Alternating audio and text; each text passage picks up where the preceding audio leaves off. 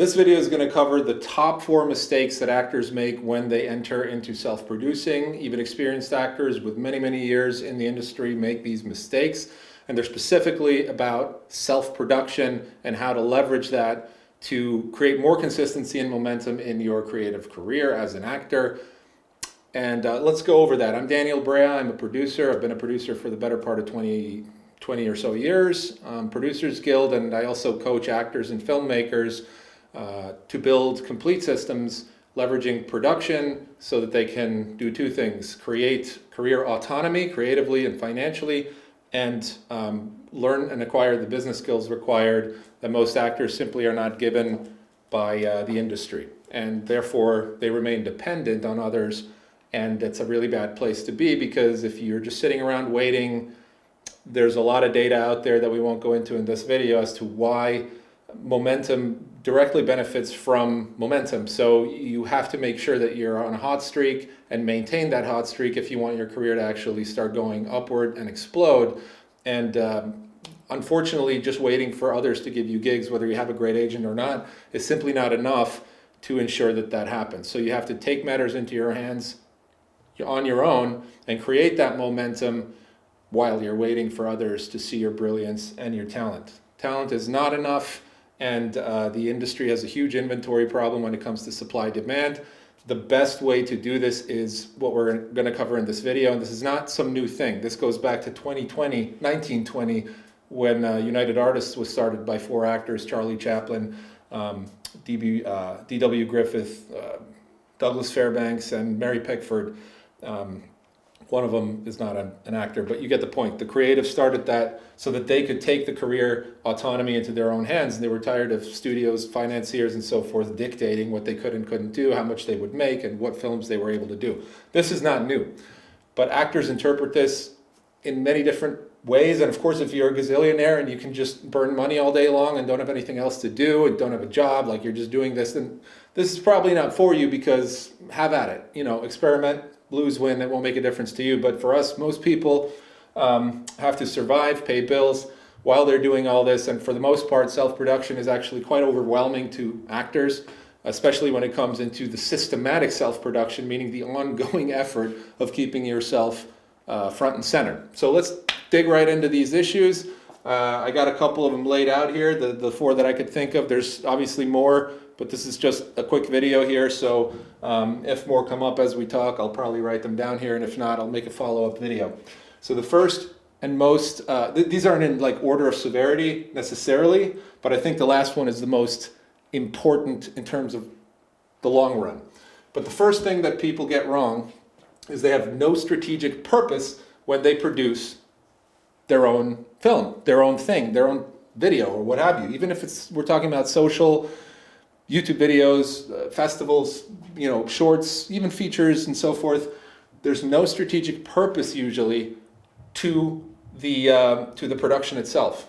And this is a side effect of not having business training or fully understanding the before and after and how the industry works on a bigger scale. Oftentimes we just look at our part of the industry and think if we just satisfy that should be good enough, right? Everybody else will see our brilliance and off we go.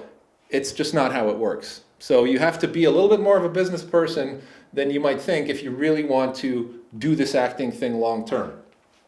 What does this mean, no strategic purpose? It means actors create with no clarity on the outcome of the film, the actual result that it's going to get them. It's not enough to just have a good idea for a film and then go make it. What's the outcome? What's it going to do for you?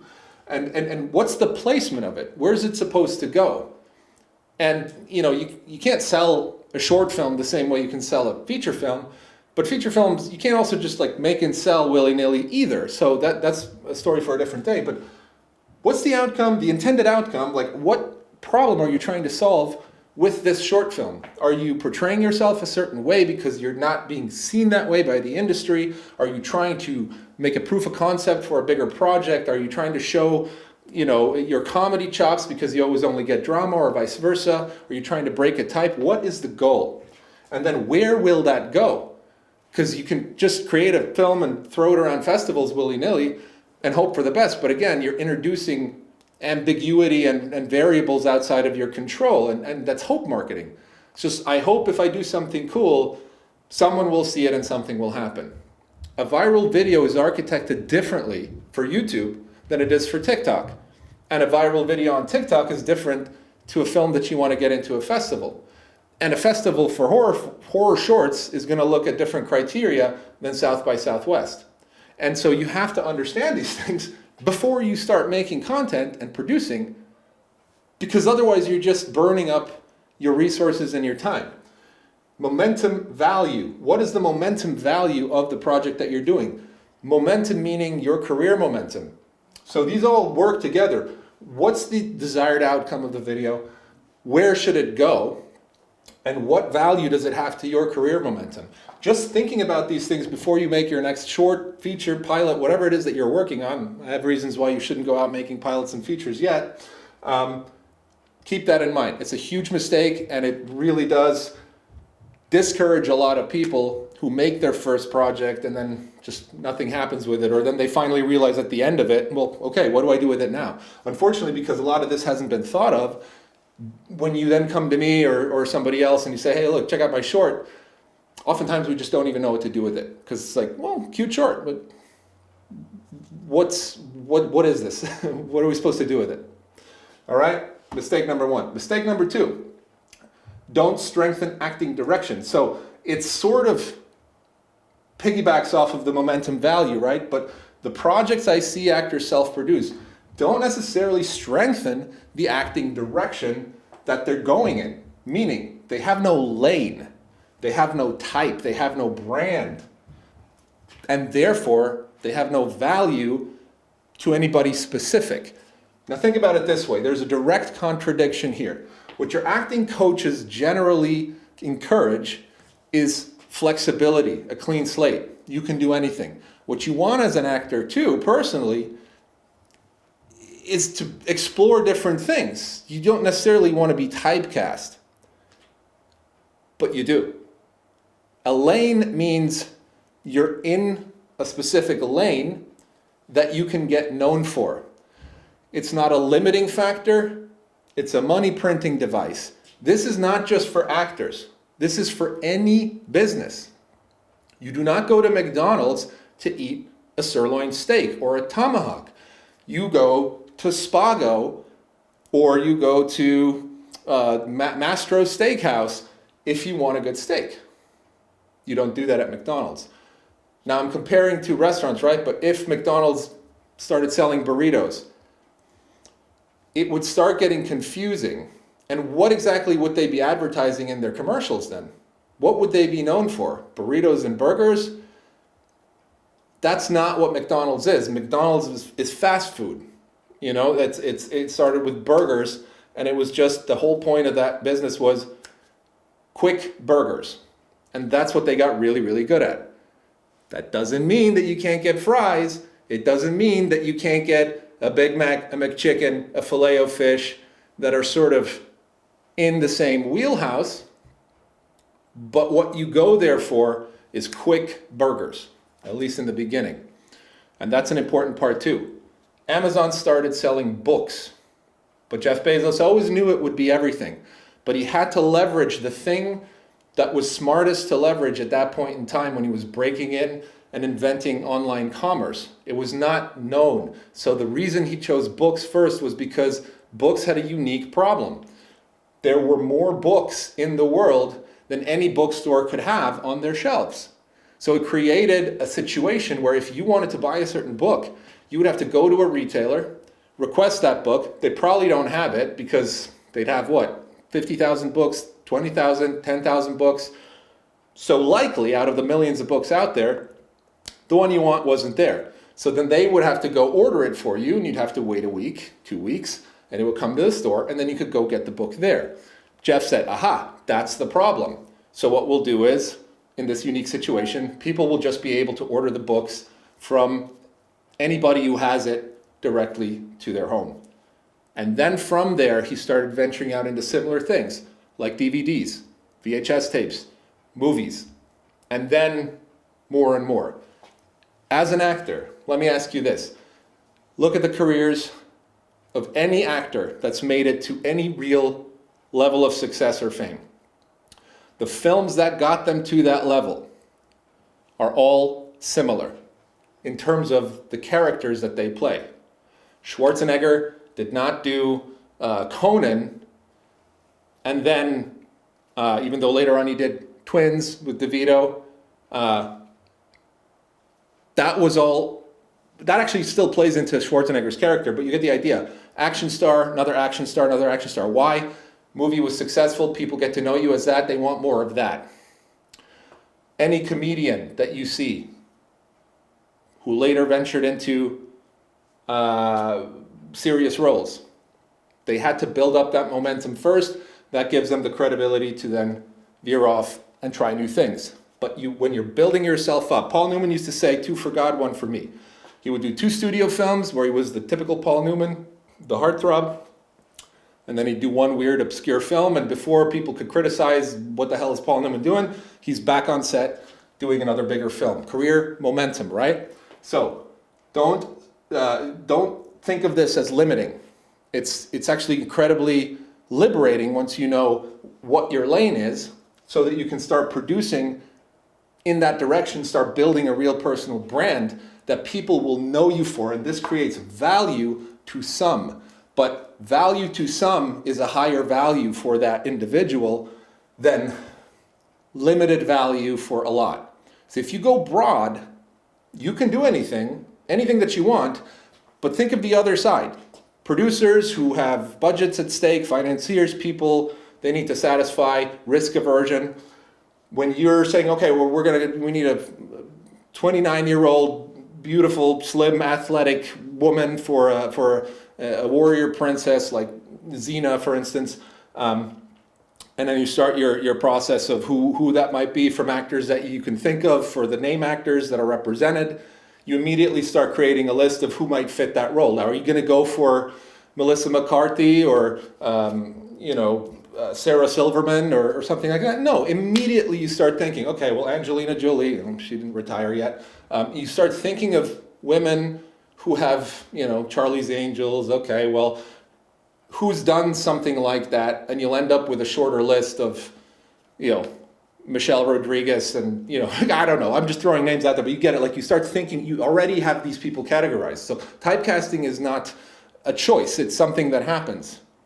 Right? It's just something that happens. So don't get mad at it, leverage it, because if you know your lane, if you know what you're great at, best at, what your brand is, you can produce in that direction and you can start building a brand, and that brand will increase in value the more momentum it has, and then you end up being somebody like a Jason Statham or Arnold Schwarzenegger or Danny Trejo, or, I'm throwing male names out there now because that's what's coming to mind, but even Meryl Streep, power women, and brands change over time, but I hope you get the point here. This is a huge mistake actors make. They just either ignore, defy, or don't even know, or they're ignorant to the fact that this is really one of the main reasons why people keep getting more work. 3, becoming a filmmaker.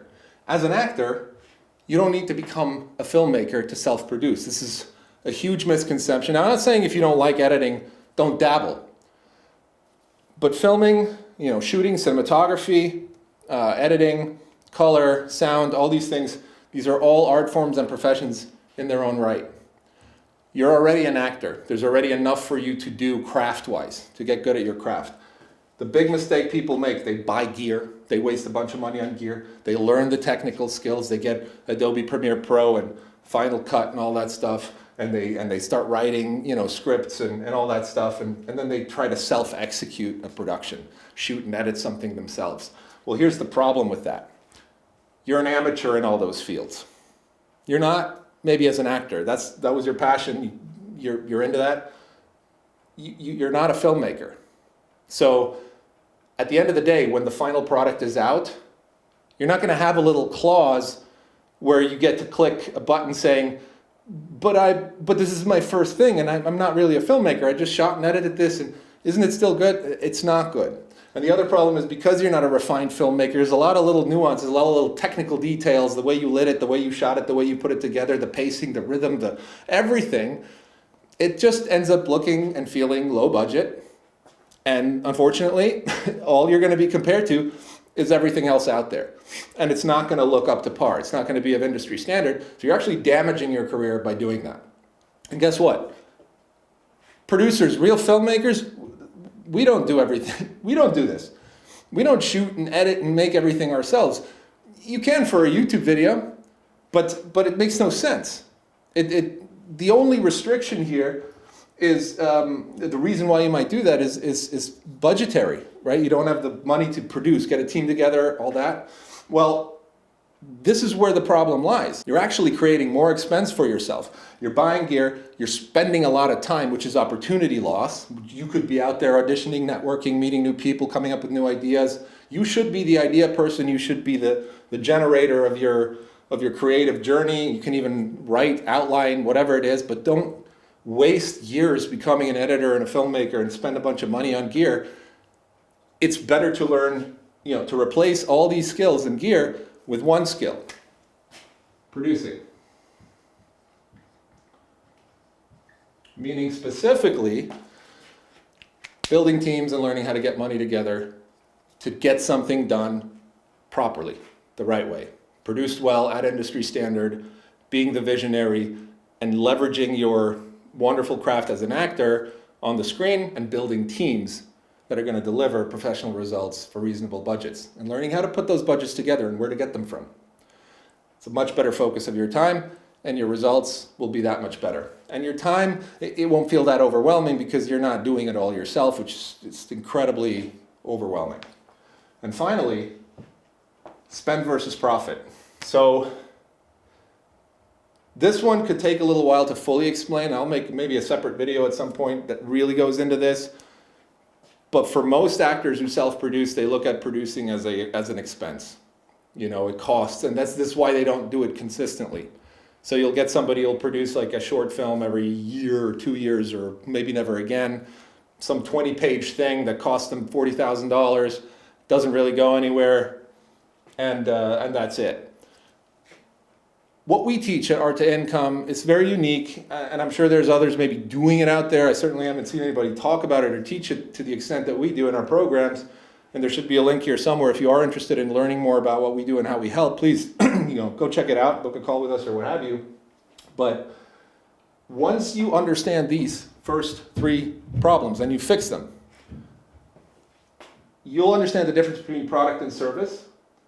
You'll understand why producing sort of as a here and there thing, willy-nilly, you'll still have to keep your random day job.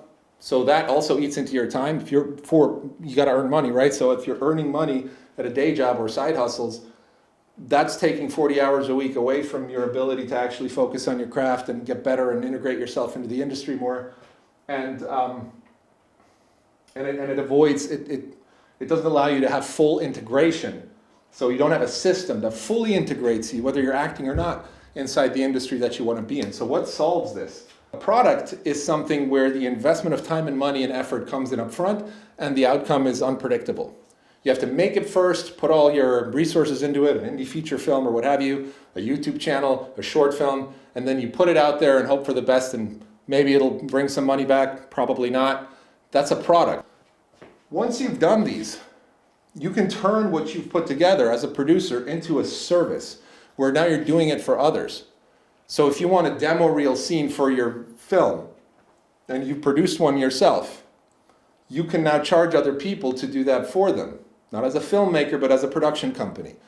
This creates a flywheel or a feedback loop, if you will, that sort of feeds itself. You integrate more and more into the industry, you get more and more customers, your work gets better and better, your team gets more refined, you can put yourself in some of those projects, and you can leverage that team and the resources to produce creative products on the side once a month, once a week, twice a year, whatever, without worrying about burning up your cash, it being low quality, and all those good things. So you have a team, you have an ecosystem in place, and most importantly, you now don't need to go make your money at a day job. You're doing it integrated fully with a strategy, a system, a team, as a producer, as an actor, in a very specific way to just keep building your career momentum, building revenue, and driving the whole curve, the compounding curve upward over time.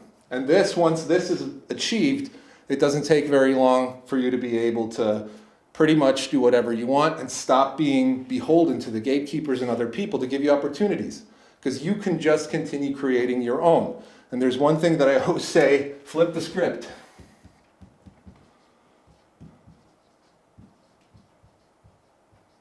Literally. Flip the script on Hollywood. If you keep chasing Hollywood, she'll keep backing away from you. If you do this and you get good at it, and it may not be on your first one, your second one, but if you're consistent with it, eventually she will come after you. And that changes the dynamic for everything. When you have an agent reaching out to you saying, I'd like to represent you, it's a completely different game. You don't have to audition for your own stuff.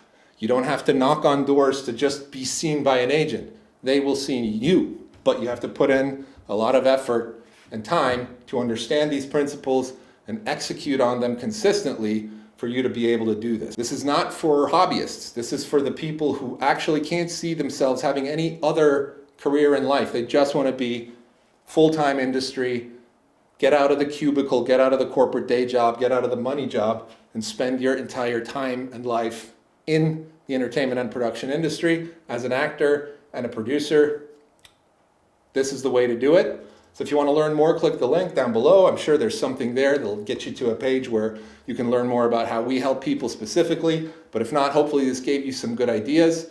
And comment below if you have any further questions. I will be checking the questions out and maybe at some point make another video if a certain question surfaces a lot. Take care.